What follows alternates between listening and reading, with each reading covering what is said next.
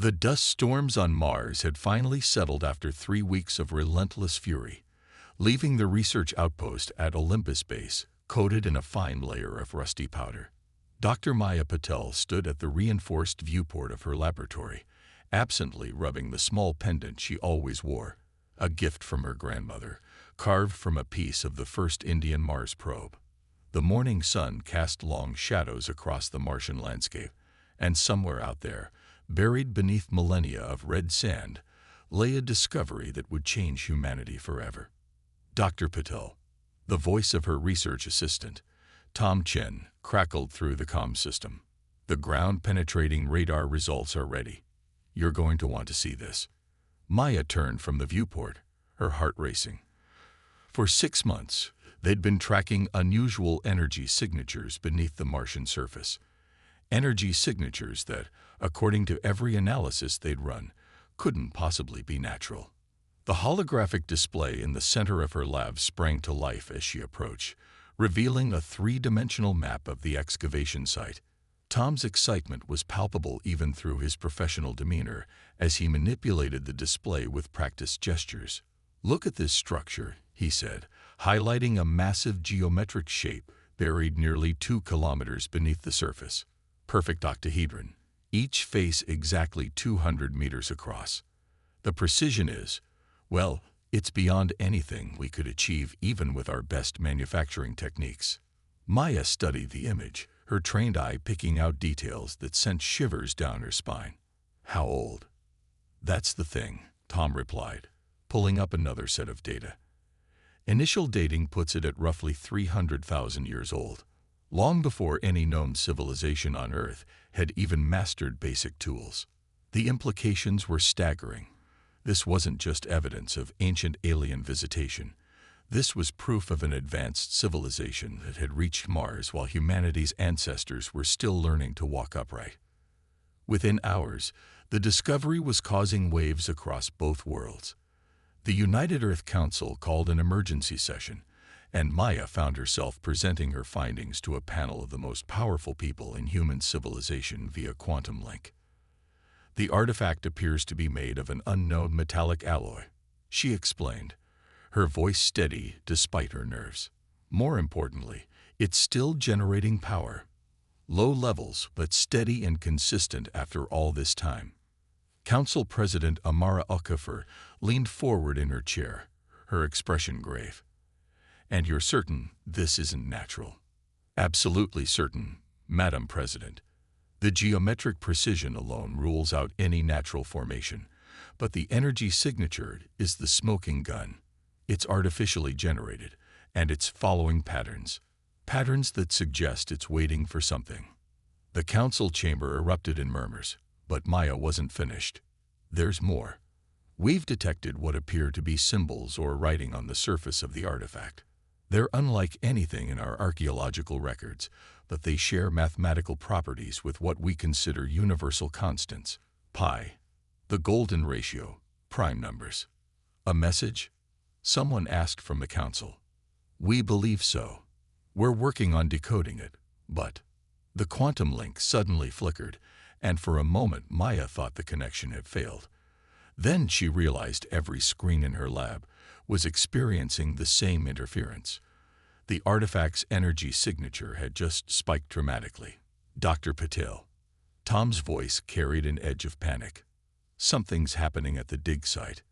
The ground beneath them trembled, and Maya rushed to the viewport. In the distance, where their excavation equipment had been carefully unearthing the alien structure, a column of light burst from the ground, reaching toward the Martian sky like a beacon. "My God," she whispered, watching as the beam pulsed with colors she had no names for. "It's activating." The next 48 hours were chaos. As teams of scientists worked to understand what the artifact was doing, Earth's most sophisticated detection systems began picking up objects entering the solar system at impossible speeds. They were decelerating as they approached, their trajectory clearly artificial. First contact was about to begin, but not in any way humanity had prepared for.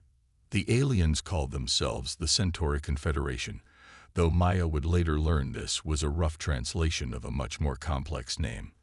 Their ships were things of beauty, organic curves and crystalline structures that seemed to defy physics.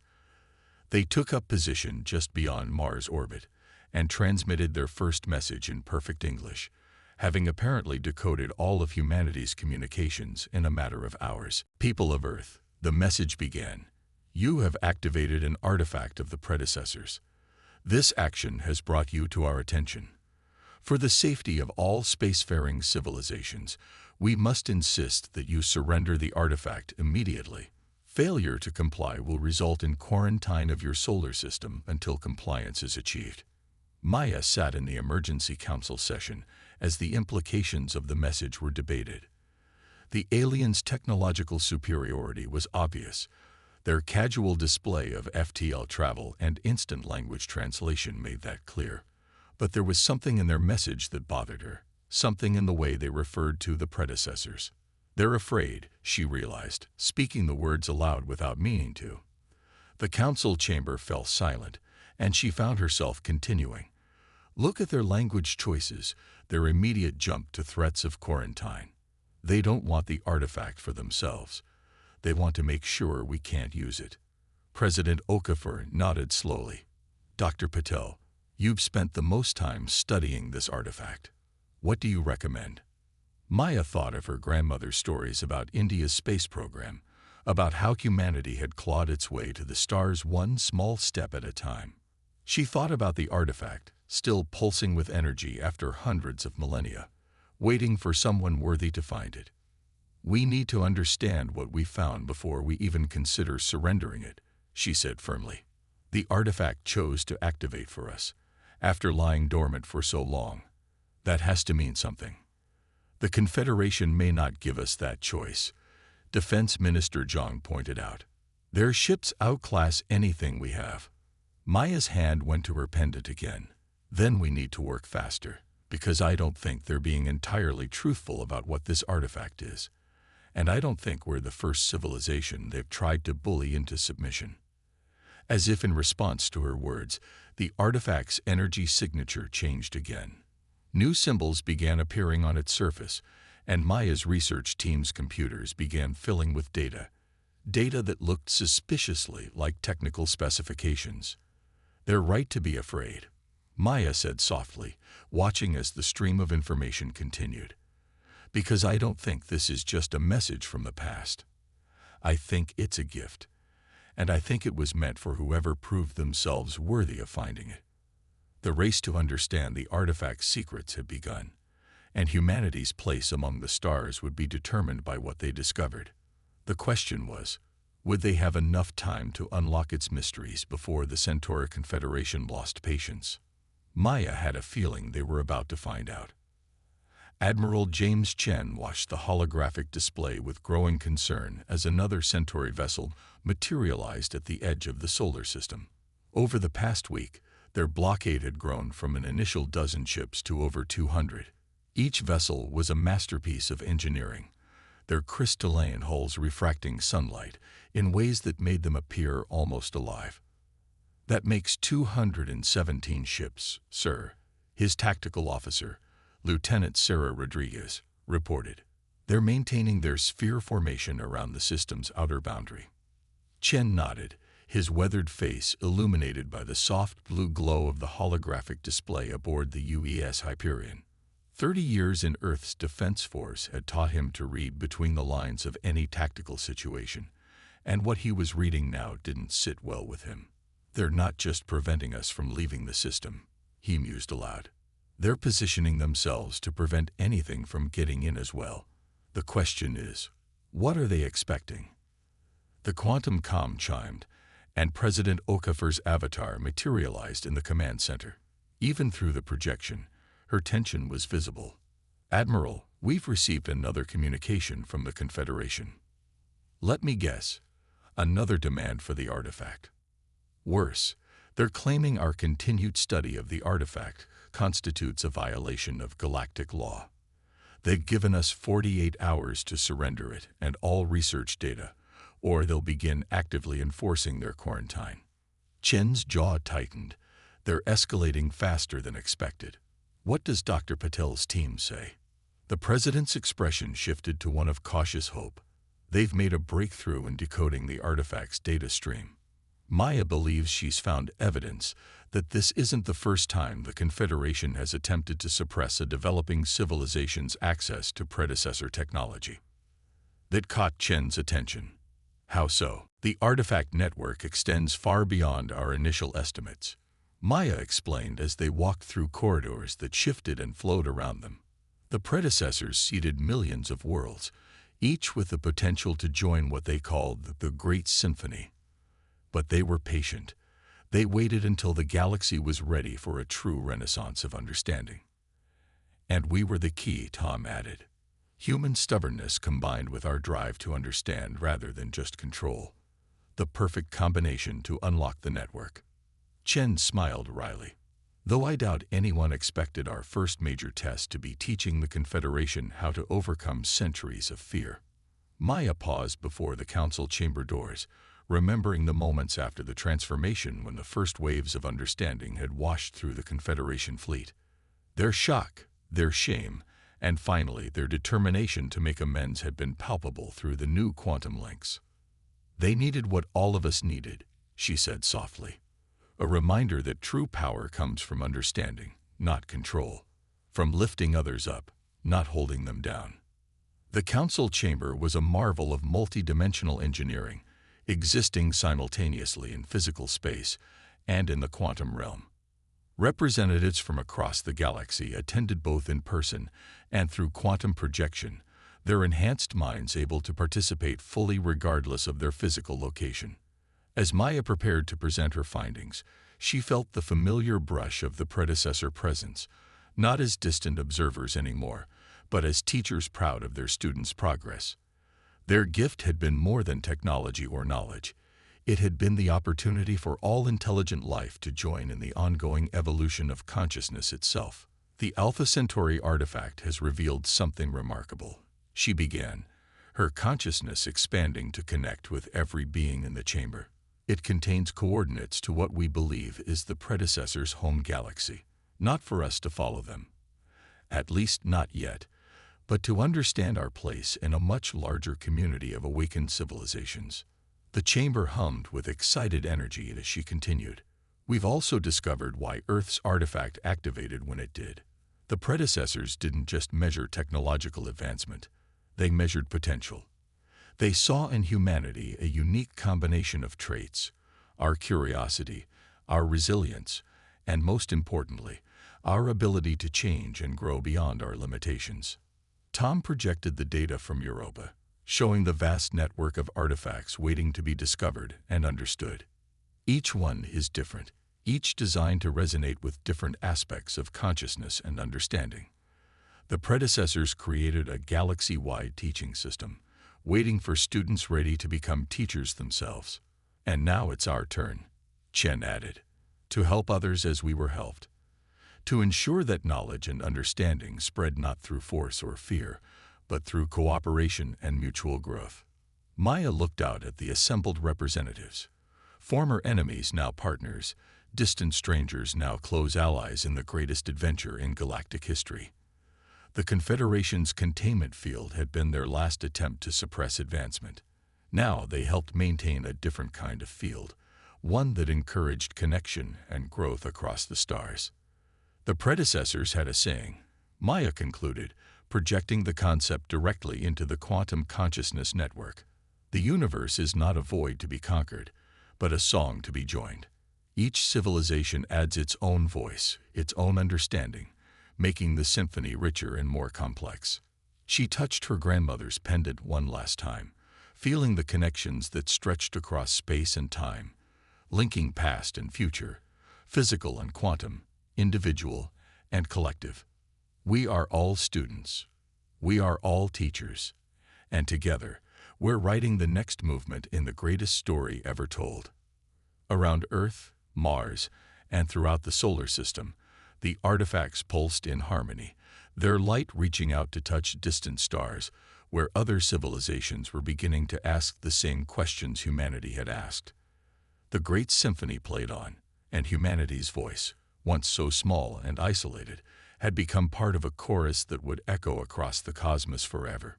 The journey that had begun with a simple discovery on Mars had become something far greater, a transformation not just of technology or knowledge, but of consciousness itself. And somewhere in the vast expanse of space-time, the predecessors watched with satisfaction as their legacy flourished in ways even they had not imagined. Maya's fingers flew across the holographic interface as another stream of data poured from the artifact. With each passing hour, more of its secrets revealed themselves, painting a picture that was both magnificent and terrifying. Behind her, the massive octahedron pulsed with an inner light that seemed to respond to her interactions, as if eager to share its knowledge. "That can't be right," she muttered, reviewing the latest translation. "Tom, are you seeing this?" Her assistant looked up from his own workstation, his face illuminated by multiple floating displays. "The power readings. Yeah, they're off the charts. Whatever the predecessors built this thing to do, it wasn't just meant to be a library." Maya shook her head, her grandmother's pendant warm against her skin. "Not just the power readings. Look at these schematics. The artifact isn't showing us weapons or defenses. It's showing us how to build something else. Something bigger." The ground trembled as another distant explosion lit up the Martian sky. The Confederation's containment field now covered 60% of the solar system, but Earth's quantum defense grid was putting up fierce resistance. The space between Mars and Jupiter had become a battlefield where physics itself seemed to be breaking down. "Dr. Patel." The voice of Admiral Chen cut through their concentration as his avatar materialized in the lab. "Please tell me you have something. We've lost 3 defense platforms in the last hour." Maya gestured at the streaming data. "We do, but it's complex. The artifact is actually a seed device. The predecessors designed it to help developing civilizations make a technological leap, but only after proving they were ready." "Ready for what?" "For ascension." Maya pulled up a 3-dimensional model that filled the center of the lab. The predecessors weren't just an advanced civilization. They were the first civilization in our galaxy to achieve technological singularity. They transcended physical form entirely. Chen's avatar frowned. "And the Confederation knows this. They know parts of it. They found other seed devices, but they never solved the trials. Instead, they chose to suppress any civilization that might succeed where they failed. They're afraid of change, afraid of losing their position of power." Another explosion rocked the base. Tom checked the external sensors. The Confederation is pushing past the defense grid. They're making a direct move on Mars. Maya's hands moved faster across the interface. The final trial is unlocking now. The artifact wasn't just testing our technological capability. It was testing our intentions. Every decision we've made since finding it has been evaluated. And Chen pressed. And we passed. The predecessors believed that any civilization worthy of their legacy would choose to protect knowledge rather than suppress it, would choose to fight for the right of all species to advance, not just themselves. The artifact's pulsing grew stronger, and new symbols began appearing on its surface. Maya's eyes widened as she read them. "Oh my God. Admiral, you need to pull your forces back from Mars immediately." "Doctor, if we give up Mars." "Trust me," Maya interrupted. "What's about to happen? You don't want your ships caught in it." Chen studied her face for a moment, then nodded sharply. His avatar vanished, and minutes later they watched as Earth's defensive fleet began a fighting retreat from Martian orbit. The Confederation ships pressed their advantage, moving to secure orbit around the red planet. Their containment field shifted to accommodate their new position, creating a weak point that Earth's remaining defense platforms immediately began exploiting. "Should we evacuate?" Tom asked, watching as more Confederation ships descended toward the surface. Maya shook her head, her eyes fixed on the artifact. "No, we're exactly where we need to be." She entered a final sequence into the interface. "The predecessors left us more than just knowledge. They left us a choice." The artifact's pulsing reached a crescendo, and Maya felt a presence brush against her mind, ancient, vast, and surprisingly gentle. In that touch, she understood everything. The predecessors hadn't abandoned the galaxy. They had been waiting, watching, hoping that eventually a species would arise that shared their vision of unity through advancement rather than suppression. They seeded the galaxy with their devices, she whispered, not to create weapons or armies, but to find worthy inheritors of their legacy. The Confederation found the seeds but chose fear. We found one and chose hope. The artifact began to transform, its perfect geometric shape flowing like liquid metal. Around it, reality itself seemed to bend and flex. Maya felt the presence in her mind grow stronger, offering understanding beyond anything humanity had dreamed possible. "Tom," she said quietly, "send a message to Earth. Tell them the predecessors say hello." Above Mars, the Confederation fleet's triumphant advance came to a confused halt as their sensors began registering energy readings that defied their understanding. The containment field flickered as new forces came into play, forces that operated on principles the Confederation had never mastered because they had never dared to try. The artifact had completed its final transformation, and as Maya watched through eyes that were beginning to perceive much more than visible light, she realized that the real trial wasn't about proving humanity's worth to the predecessors.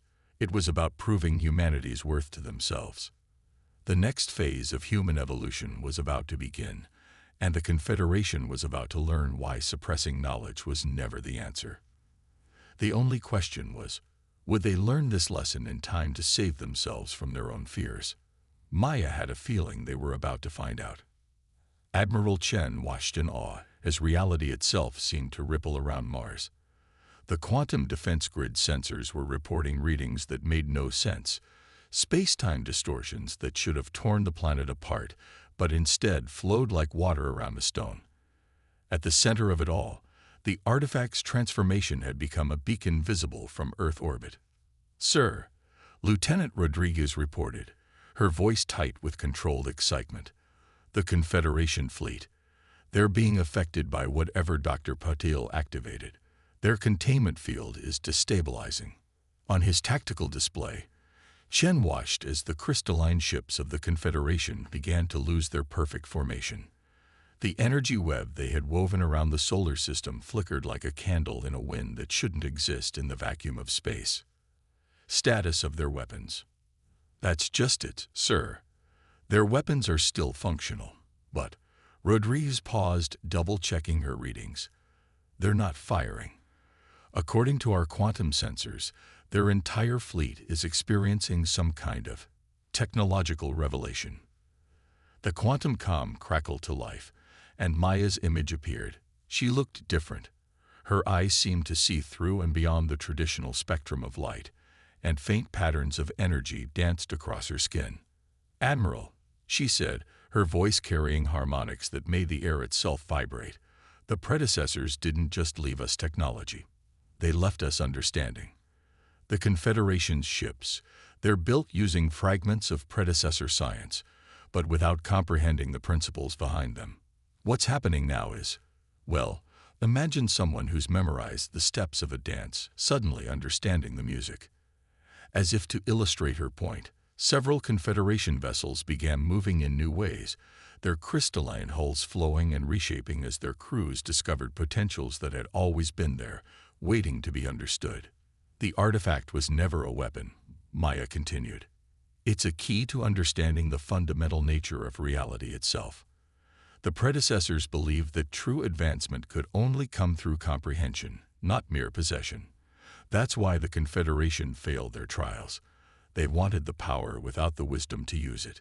Chen watched as more Confederation ships transformed, their crews apparently embracing the revelation rather than fighting it. "And us? What happens to humanity now?" Maya smiled, and in that expression Chen saw echoes of possibilities that made his head spin. "We become what we were always meant to be. The predecessors didn't want servants or soldiers. They wanted equals, partners in understanding the universe. Look." The tactical display shifted. showing new structures emerging from beneath the Martian surface.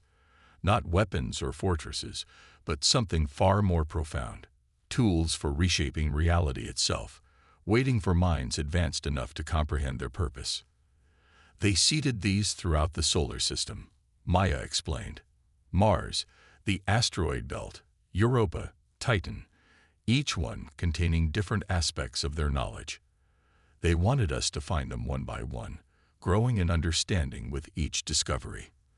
The Confederation's interference actually helped us prove ourselves worthy by showing we would fight to protect knowledge rather than suppress it.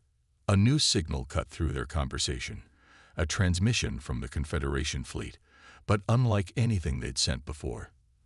The message came not in words, but in pure concepts, carrying understanding that bloomed directly in the minds of those who received it. They had been wrong. Centuries of suppressing emerging civilizations, driven by fear of losing their dominance, had blinded them to the true purpose of the predecessor artifacts. Now, as the scales fell from their eyes, they saw the path they could have taken, should have taken, and the weight of their mistakes crashed down upon them. "They're standing down," Rodriguez announced, though it was hardly necessary. The containment field had completely collapsed, and the Confederation ships were arranging themselves in a new pattern, not one of dominance, but of mutual protection. "The predecessors knew this might happen," Maya said softly. "They left contingencies, paths to redemption for those who had lost their way. The question now is, what do we do with this gift?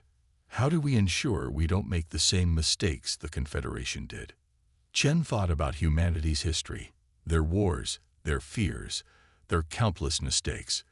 But he also thought about their resilience, their curiosity, their unwavering drive to understand and explore. "We do what humanity has always done," he replied. "We learn, we grow, we help others do the same." He paused, looking at the transformed ships of both fleets. "And we remember that the greatest power isn't in weapons or technology, but in the wisdom to know how to use them." Maya nodded, the energy patterns around her growing brighter.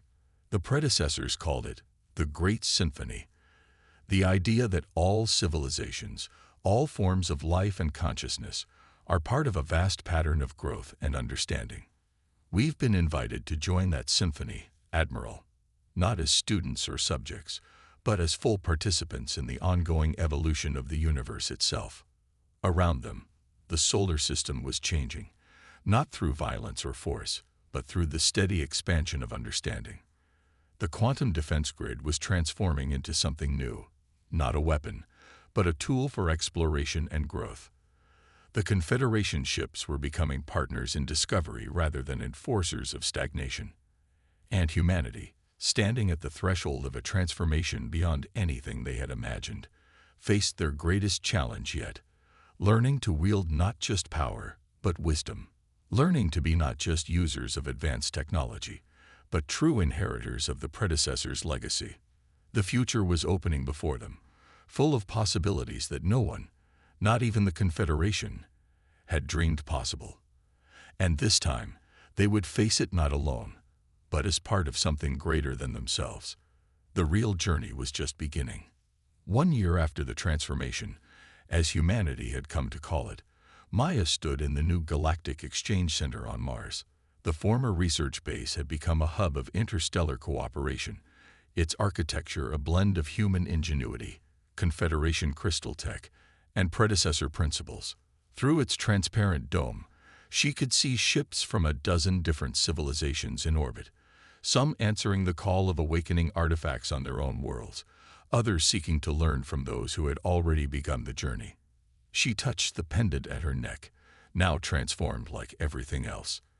The simple carved stone had become a crystalline matrix containing her grandmother's memories, a bridge between humanity's past and its extraordinary present. "Still hard to believe sometimes, isn't it?" Tom asked, approaching with a holographic display of the latest data from the Europa expedition. Like Maya, he had chosen to undergo the enhancement process that allowed humans to perceive and interact with higher dimensions. Faint patterns of quantum energy rippled around him like an aurora. "Which part?" Maya smiled. The fact that we've helped 23 civilizations begin their own transformations, or the fact that the Confederation is now our strongest ally in spreading enlightenment across the galaxy. Both, Tom admitted, though I was thinking about the latest findings from the Jupiter archives. The predecessors left so much more than we imagined. Each discovery opens up new possibilities. Maya nodded, watching as a Confederation ship demonstrated its newly understood capabilities to a group of visiting dignitaries. The crystalline vessel shifted through forms that would have been impossible a year ago, its crew now fully embracing the true potential of their technology. Admiral Chen, now Director of Interstellar Relations, appeared through a quantum portal, his enhanced form carrying the same military bearing as always. Dr. Patel, the Council is ready for your presentation on the Alpha Centauri findings. The United Earth Council had evolved along with humanity, becoming a forum not just for human governance, but for interspecies cooperation. Today's meeting would include representatives from 40 different civilizations, all linked through quantum consciousness networks that transcended traditional space and time. The artifact contains historical records, star maps showing the locations of other predecessor sites. Many of them are in systems that the Confederation now controls, systems where emerging civilizations mysteriously went dark just as they were making technological leaps. The implications sent a chill down Chen's spine. The Confederation wasn't just enforcing quarantine, they were maintaining their technological superiority through suppression. Madam President, he said carefully, I need authorization to reactivate the quantum defense grid. The quantum defense grid was humanity's best-kept secret, a network of advanced defensive satellites and weapons platforms developed using principles discovered during their early experiments with quantum mechanics. It had been mothballed decades ago as a show of peaceful intentions, but it had never been dismantled. The Council is divided on military action, Okafor replied. They're afraid of provoking a response we can't handle. With respect, Madam President, I believe we're past that point. The Confederation's actions suggest they'll use force regardless of our compliance. At least with the grid active, we'll have a fighting chance. Before she could respond, Lieutenant Rodriguez interrupted. Sir, we're detecting massive energy spikes from the Confederation fleet. They're deploying some kind of containment field. The holographic display shifted, showing a web of energy beginning to form between the Confederation ships. If completed, it would create an impenetrable barrier around the entire solar system. They're not waiting for their deadline, Chen growled. They're moving to cut us off now. President Okafor's avatar flickered as the energy web began interfering with quantum communications. Admiral, you have your authorization. But understand, if we do this, there's no going back. With respect, Madam President, they never intended to give us a way back. Rodriguez, send the activation codes to all grid nodes. Priority Alpha. Throughout the solar system, long-dormant systems began humming to life. Quantum satellites emerged from their stealth fields, their advanced sensors already tracking Confederation movements. Defense platforms that had laid silent for decades powered up their reality-warping weapons. Grid is online, sir, Rodriguez reported. But the Confederation's containment field is already at 30% coverage. Once it's complete, even our quantum weapons may not be able to penetrate it. Chen studied the tactical display, his mind racing through scenarios. The grid gave them a fighting chance, but the Confederation's numerical and technological superiority was still overwhelming. They needed something else, something unexpected. Get me Dr. Patel, he ordered. If that artifact is worth the Confederation going to these lengths to suppress it, then it's time we found out exactly what it can do. The quantum link to Mars stabilized, showing Maya's face. She looked exhausted but excited. Admiral, we've just made another breakthrough. The artifact isn't just a database, it's a key. A key to what, Doctor? To everything the predecessors left behind, including, she paused, double-checking her data, including a cache of their defensive technology, buried in the asteroid belt. Technology specifically designed to counter the kind of quantum suppression field the Confederation is deploying. Chen's eyes narrowed. How quickly can you access it? That's the problem. The catch location is locked behind a series of tests. The predecessors wanted to ensure whoever found their legacy was ready for it. We're solving them as fast as we can, but we need time. Chen finished. He turned back to the tactical display, watching the containment field continue to grow. Then we'll give you time, Doctor, even if we have to make it the hard way. He opened a channel to all Earth defense forces, all ships, battle stations. Prepare to engage quantum grid defensive protocols. We're not just fighting for our right to advance technologically anymore. We're fighting for our right to determine our own destiny. As alarm klaxons began sounding throughout the fleet, Chen couldn't help but wonder if the predecessors had foreseen this moment. Had they known their legacy would spark a confrontation between those who would suppress knowledge and those who would embrace it? The containment field reached 40% coverage, and the first Confederation ships began moving to engage Earth's defensive positions. The next few hours would determine not just humanity's fate, but possibly the fate of every emerging civilization in the galaxy. All ships, Chen commanded, his voice steady, prepare to show the Confederation why suppressing human potential is always a losing strategy.